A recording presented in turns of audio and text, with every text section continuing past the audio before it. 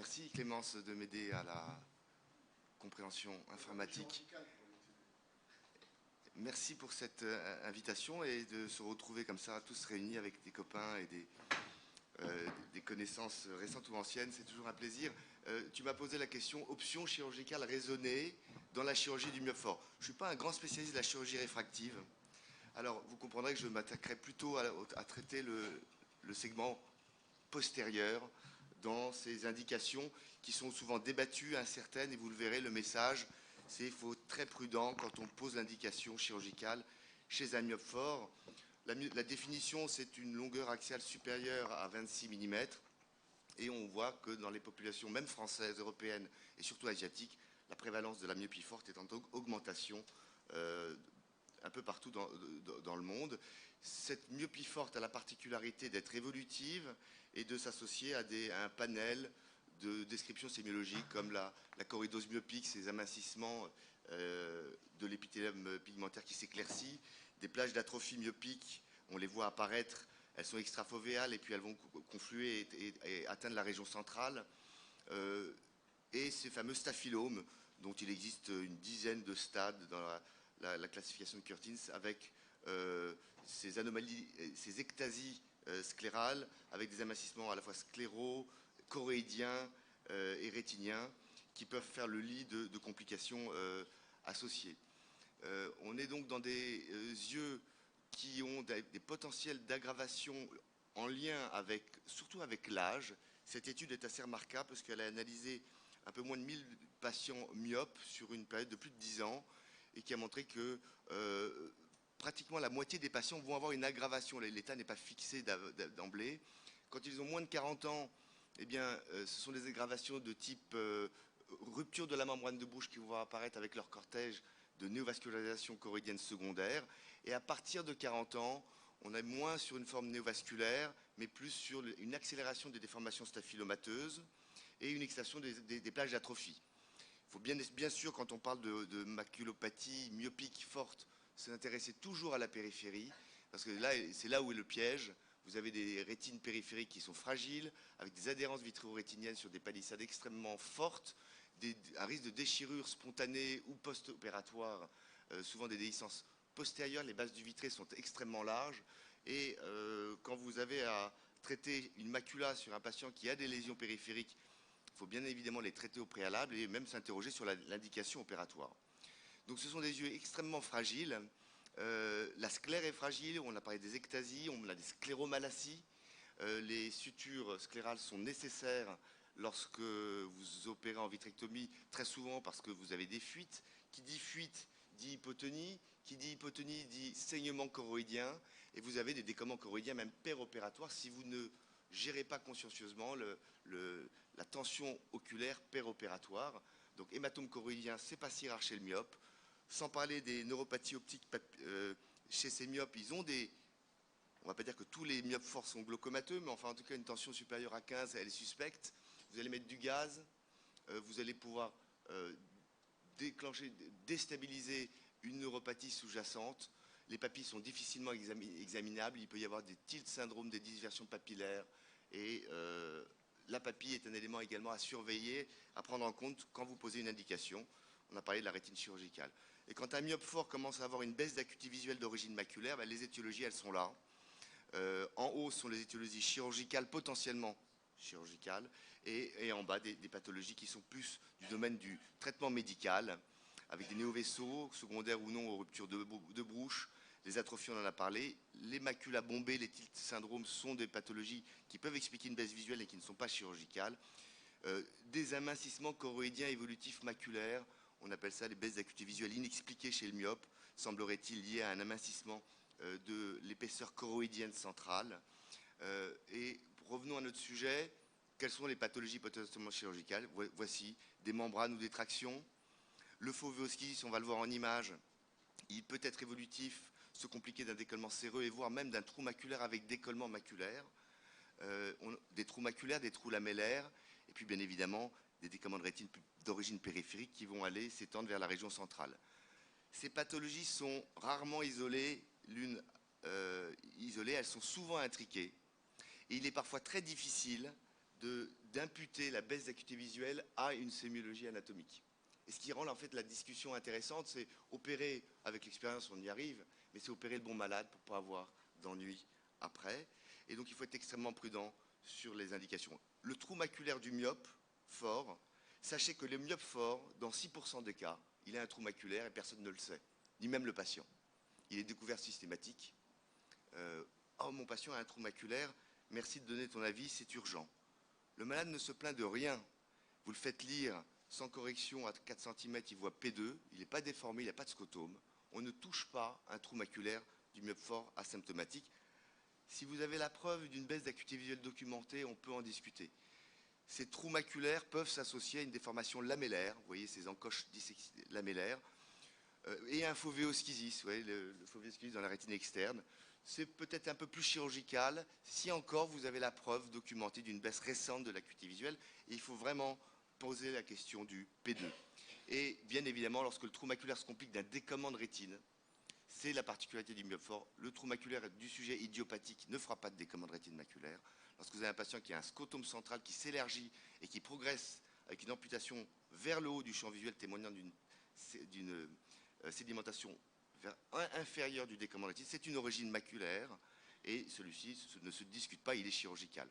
Voilà cette patiente myope forte, elle est monophthalme, elle n'a que son œil gauche. Elle a perdu l'œil droit par glaucome. Elle a un glaucome qui n'est pas très équilibré. Elle a une dégradation de 2/10 à 1/10 en l'espace de 6 mois. Elle a un trou maculaire, mais personne ne le savait avant. Avant de poser l'indication opératoire, vous faites un champ visuel. Elle a un glaucome agonique, cette dame. Il n'est pas question de rentrer dans son œil. Vous allez aggraver le peu de vision qui lui reste.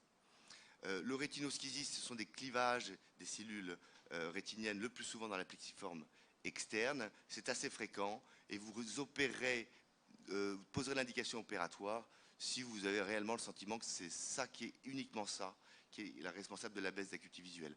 Aujourd'hui, le consensus, c'est d'attendre que le schisis se majore avec apparition d'un décollement séromaculaire. Ça, c'est souvent une cause de baisse d'acuité visuelle récente et on peut poser l'indication avec, pendant la chirurgie, on prend les précautions pour ne pas transformer ce toit fovéal en une ouverture et un trou maculaire en respectant la limitante interne qu'on peut disséquer selon une technique du pétale. Et l'évolution peut se faire vers un vrai trou et un décommand de rétine, on l'a vu. Voilà ce patient qui est amblyope de son œil droit. Il a 1/20, il ne se plaint de rien, et vous le voyez à titre systématique, il m'est adressé pour cette image de rétinoschisis compliquée. En fait, il y a une traction vitréo-maculaire. En fait, le tissu maculaire n'est pas assez extensible pour pouvoir épouser la forme staphylomateuse sclérale postérieure. Vous avez ce décollement séreux maculaire, il n'y a pas d'ouverture. Je n'ai proposé aucun traitement, le patient ne se plaint de rien, il a toujours été amblyope. Et je le revois 2 ans plus tard, voilà, il a guéri tout seul ce malade. Pourquoi il a guéri tout seul? Parce que le vitré a fini par se décoller, vous voyez l'anneau de Weiss, qui est précisément ici, et la traction s'est désamorcée. Vous pouvez être amené à les opérer, voici le résultat chirurgical. On a souvent des amincissements rétiniens avec des acuités visuelles qui sont parfois modérées en post-opératoire, mais ça évite des dégradations visuelles. Voilà ce patient à nouveau opéré, il a quand même récupéré 1/10, il avait 1/20.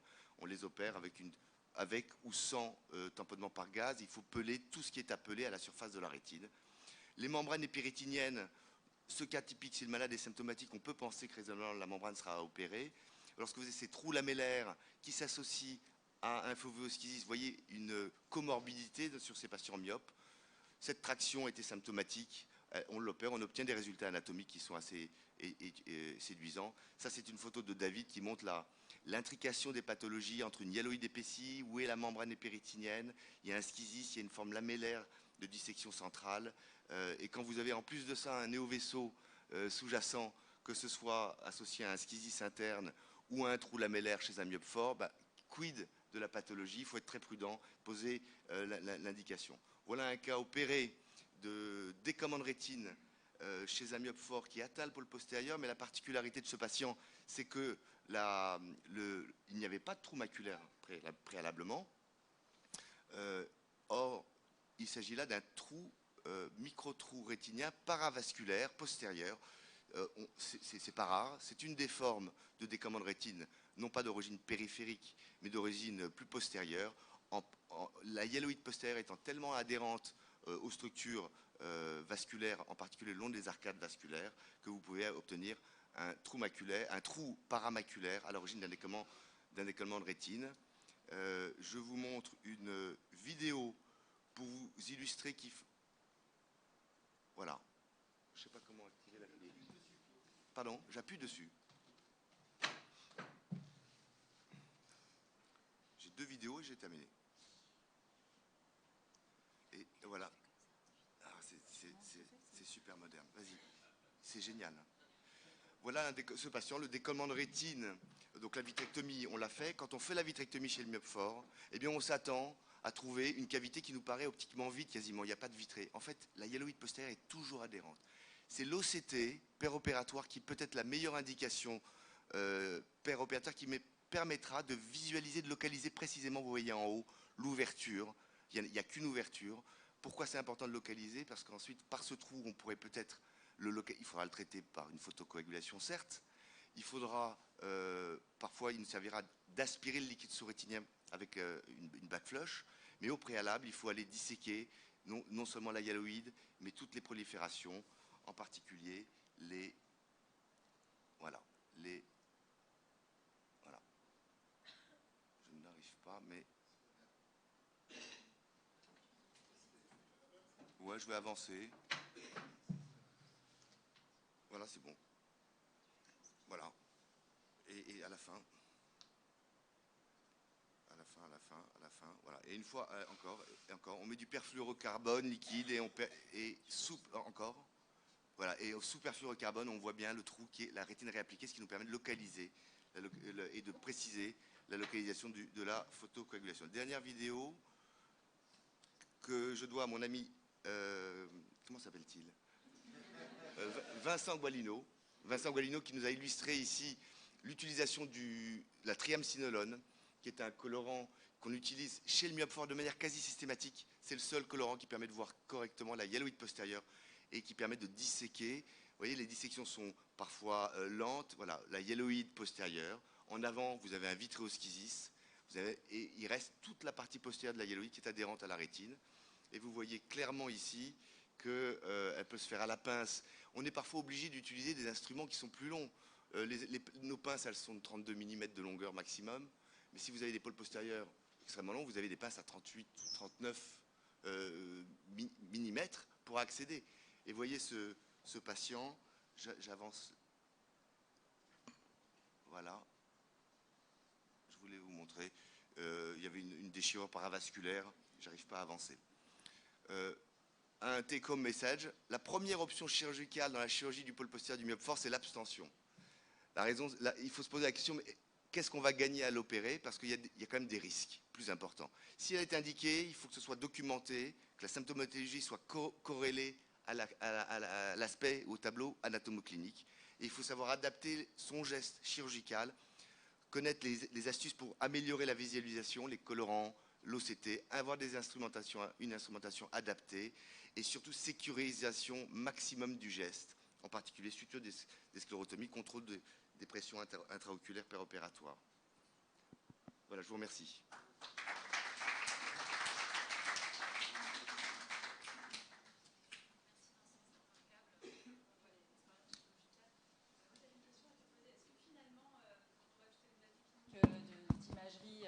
Aider. Est-ce que finalement tu utilises de façon systématique l'OCT péropératoire? Quelle est la place de l'OCT péropératoire pour toi dans tes chirurgies de membrane? Alors la place de l'OCT péropératoire, elle est en salle d'opératoire numéro 4. J'opère en salle d'opération numéro 2.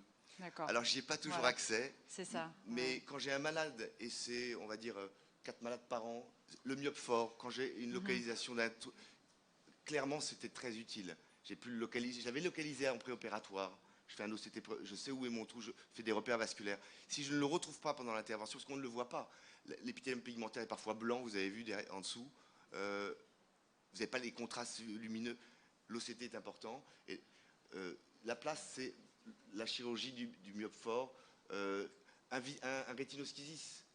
Vous allez peler la limitante interne, vous allez respecter un bourgeon de limitante interne que vous allez essayer de préserver au niveau fovéal.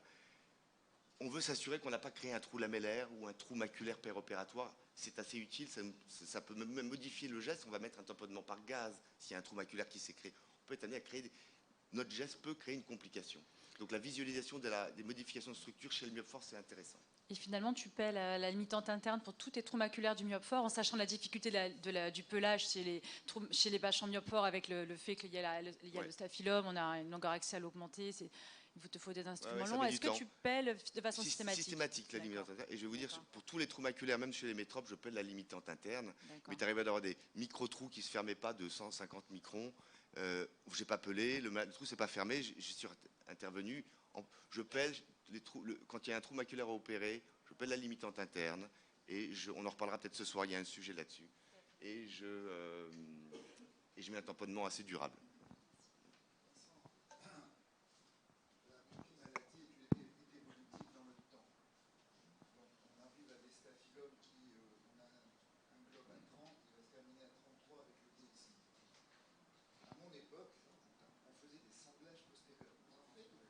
J'ai connu à l'Hôtel-Dieu le docteur Chauveau qui faisait des renforcements sclérose postérieure, c'était des bandes de PTFE qui permettaient de contenir le staphylome postérieur. Des séries ont montré, elle a opéré une centaine de patients, qu'on arrivait à contenir.